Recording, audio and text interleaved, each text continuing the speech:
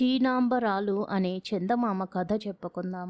3000 సంవత్సరాల క్రితం చీనా చక్రవర్తి ఒక అందమైన అమ్మాయిని పెళ్లాడాడు. ఆమె పేరు సీలింగ్షీ.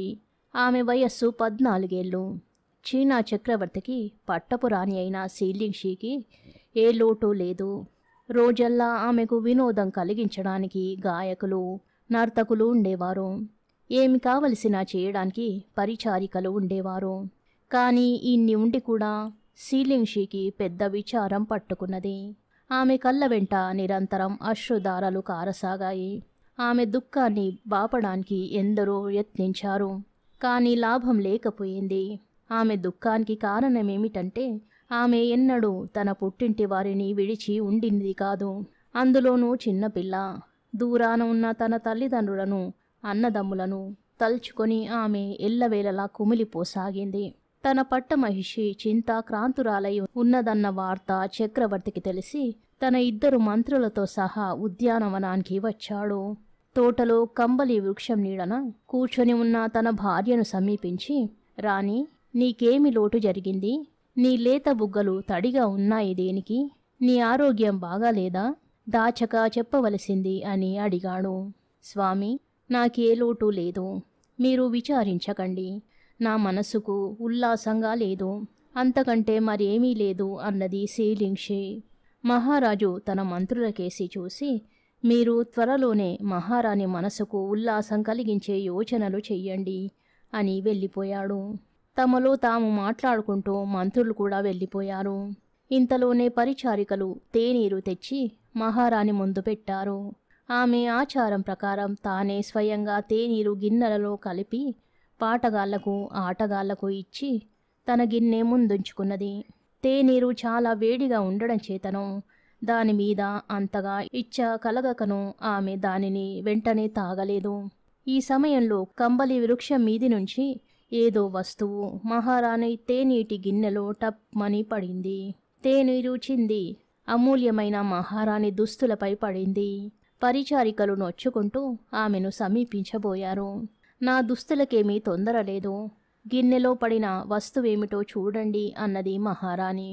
పరిచారికలు గిన్నెలోని తేనీటి నుంచి చిన్న దారపు ఉండలాంటి పదార్థాన్ని తీసి మహారాణి చేతిలో పెట్టారు. అది మరేమీ కాదు, పట్టుపురుగులు. కంబలి వృక్షాల మీద పెట్టే గుడ్డు తాలూకు పిసినికాయ. అలాంటి పిసినికాయలు కంబలి వృక్షం మీద ఇంకా అనేకం ఉన్నాయి. తేనీటిలో పడిన పిసినికాయను పరిచారికల వద్ద నుండి తన చేతిలోకి తీసుకునే సమయాన సీలింగ్షీ ఒక వింత గమనించింది. ఆ పిసినికాయ విచ్చుకుని అతి సన్నని నిగనిగలాడే పోగులు చేతిలోకి రాసాగాయి. ఆహా, ఇదే దారమైతే దీనితో నేసిన వస్త్రాలు ఎంత అందంగా ఉండాలి అనుకున్నది సీలింగ్షీ. మరుక్షణమే ఆమెకొక ఆలోచన తట్టింది. ఈ పోగులు మరి సన్నగా ఉన్నమాట నిజమే గాని ఇవి సులువుగా తెగడం లేదు. అదీగాక ఈ ఒక్క పిసినికాయలోనే ఎన్నో వేల గజాల పోగులు ఉన్నట్టు కనిపిస్తుంది. ఈ పోగును అనేక పేటలు వేసి నేసినట్టయితే దారం తయారవుతుంది. అప్పుడు దానిని మగ్గ మీద వేసి ప్రపంచంలో ఎవరు ఎన్నడూ చూడనంత అందమైన బట్టలు తయారు చేయవచ్చు. ఈ ఆలోచన రాగానే మహారాణి మనోవ్యాధి కాస్త మటుమాయమైంది. ఆమె ఉత్సాహంతో లేచి తన పరిచారికలను పిలిచి తన చేతిలో ఉన్న పోగును విప్పదీసి పేటలు వేసి పేనమని చెప్పింది. వారలాగే సన్నని నిగనిగలాడే దారం పేని పుల్లలకు చుట్టసాగారు. ఇట్లా ఎంత దారమైతే ఒక బట్ట కాను?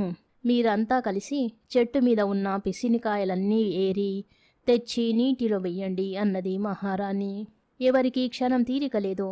అది వరకు పని పాటలు లేక క్షణమొక యుగంగా గడిచిన మహారాణికిప్పుడు గడియలు క్షణాలలాగా సాగిపోతున్నాయి.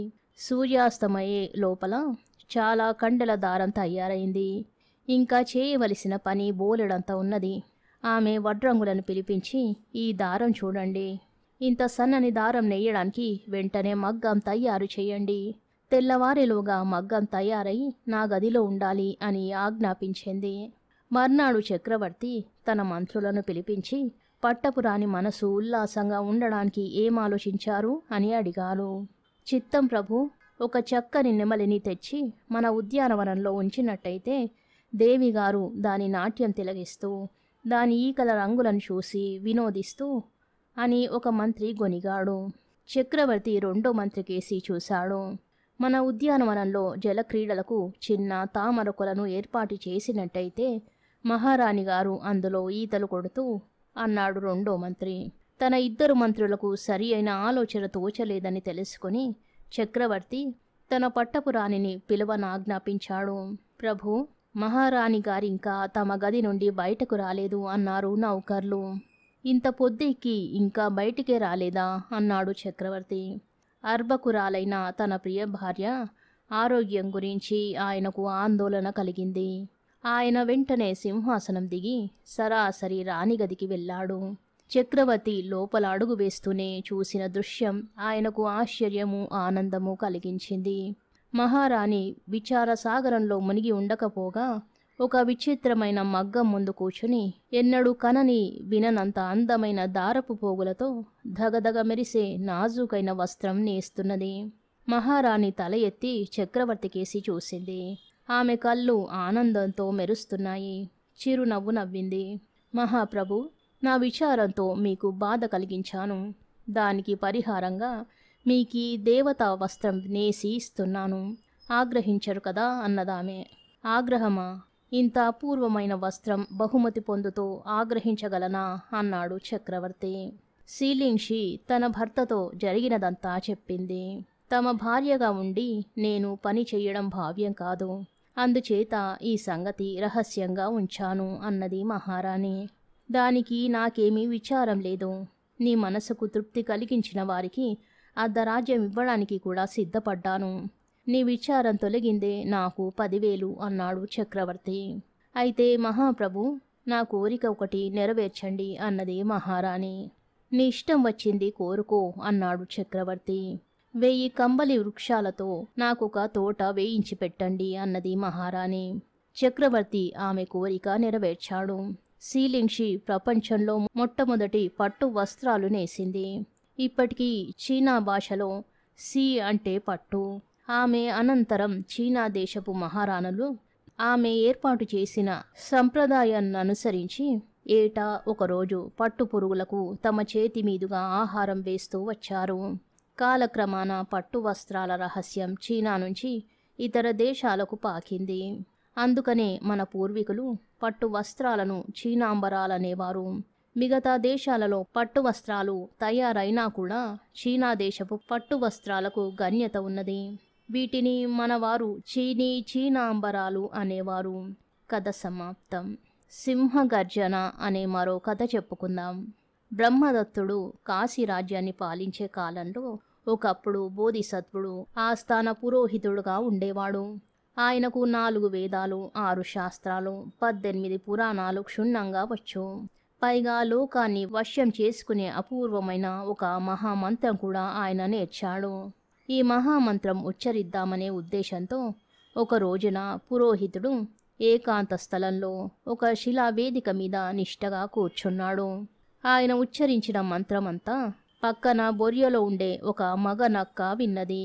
ఆ నక్క సామాన్యమైనది కాదు. పూర్వజన్మలో అది ఒక గొప్ప మంత్రవేత్త, ఏకసంతాగ్రాహి కూడా. అందుచేత ఒకసారి వినేటప్పటికీ ఆ నక్కకు పురోహితుడు ఏకరు పెట్టిన మహామంత్రం కంటతా వచ్చేసింది. వెంటనే అది తన బొర్య నుంచి బయటపడి అడవికి వెళ్ళిపోయింది. అడవిలోకి వెళ్ళిపోయిన ఆ నక్క మహామంత్రం పఠించి 100 కొద్ది నక్కలను తన ఆధీనంలోకి రప్పించుకున్నది. తరువాత అది మంత్ర ప్రభావం వల్ల అరణ్యంలో ఉండే ఏనుగులను, గుర్రాలను, సింహాలను, లేళ్లను, ఒకటేమిటి చతుష్పత్తులను ఎదటికి రప్పించుకున్నది. జంతువులన్నీ వచ్చి సమావేశం కాగానే ఆ నక్క, ఈ క్షణం నుండి నేనే మీకు ప్రభువును. మీరందరూ ప్రభుభక్తి కలిగి ఉన్నారంటే ముందు ముందు అనేక ఘనకార్యాలు సాధించవచ్చు. ఈనాటి నుంచి నా పేరు శబ్దదత్తుడు అని ప్రకటించింది. ఆ మగనక్క పక్కనే ఆడనక్క రాణిగా కూర్చున్నది. 2 ఏనుగులపైన ఒక సింహం నిలబడింది. ఆ సింహం పైన రాణిగారితో సహా నక్కరాజుగారు ఆసీనులైనారు. జంతువర్గమంతా జేజేలు కొట్టింది. ఎంతో వైభవంగా పట్టాభిషేకం జరిగింది. ఇప్పుడు ఈ పదవితో నక్కరాజు గారికి తృప్తి లేకపోయింది. చెప్పలేని గర్వం పట్టుకుంది. ఈ అడవిలో నోరు లేని 4 కాళ్ళ జంతువులను లొంగదీసుకోవడం గొప్ప ఏముంది, కాశీరాజ్యం జయిస్తే ఘనత ఉంది గాని అని తలచింది.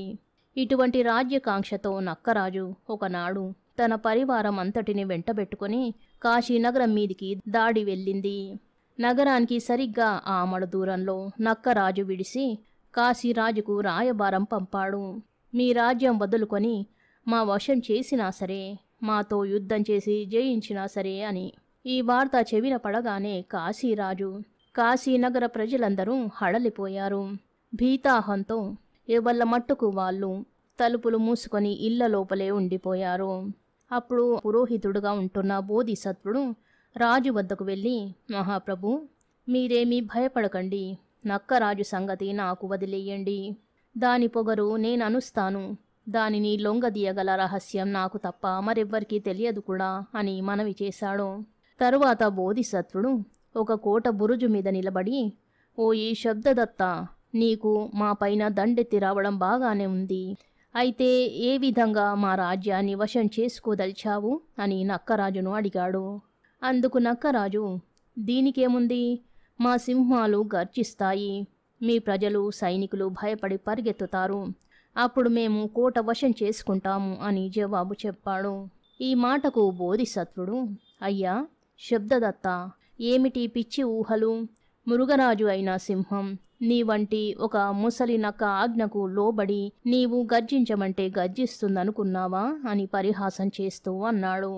గర్వపోతూ నక్కరాజు అహంకారంతో, తప్పక సింహాలన్నీ నా ఆజ్ఞను శిరసావహిస్తాయి. కావాలంటే ఇప్పుడు ఈ సింహాన్ని ఆజ్ఞాపించి మచ్చు చూపిస్తా అన్నాడు కోపంగా. చూపించు చేతనైతే అని రెట్టించాడు బోధిసత్వుడు. తక్షణమే శబ్దదత్తుడు గర్జించు అని సంజ్ఞ చేస్తూ తను ఎక్కి కూర్చున్న సింహాన్ని వీపు మీద కాలితో తన్నాడు. సింహం ముమ్మారు భూమి దద్దరిల్లేటట్టు గర్జించింది.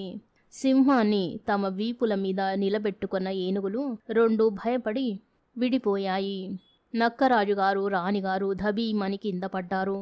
ఆ కంగారులో ఏనుగులు అటూ ఇటూ పరిగెత్తుతూ నక్కరాజును కాళ్ళతో తొక్కివేశాయి. నక్కరాజుగారు తుక్కు తుక్కు అయి చచ్చి ఊరుకున్నాడు. ఆ గలాబాలో ఏనుగులే కాదు, తక్కిన జంతువర్గమంతా ఒకదానికొకటి కలియదొక్కుకొని చాలా వరకు నాశనమైనాయి. చావక మిగిలి ఉన్న కొద్దిపాటి చతుష్పాత్తులు కొస ప్రాణాలతో పారిపోయి అరణ్యం చేరుకున్నాయి. కాశీనగరం యువతల 4 ఆమడల మేర జంతువుల శవాలతో నిండిపోయింది. అప్పుడు మళ్ళీ బోధిసత్వుడు చాటింపు వేయించాడు. ప్రజలందరూ తలుపులు తెరుచుకొని క్షేమంగా బయటపడ్డారు. నాటి నుంచి కాశీరాజు ప్రజలు జంతువుల నుంచి ఎటువంటి భయము లేకుండా సుఖంగా ఉంటూ వచ్చారు. కథ సమాప్తం. శుభం.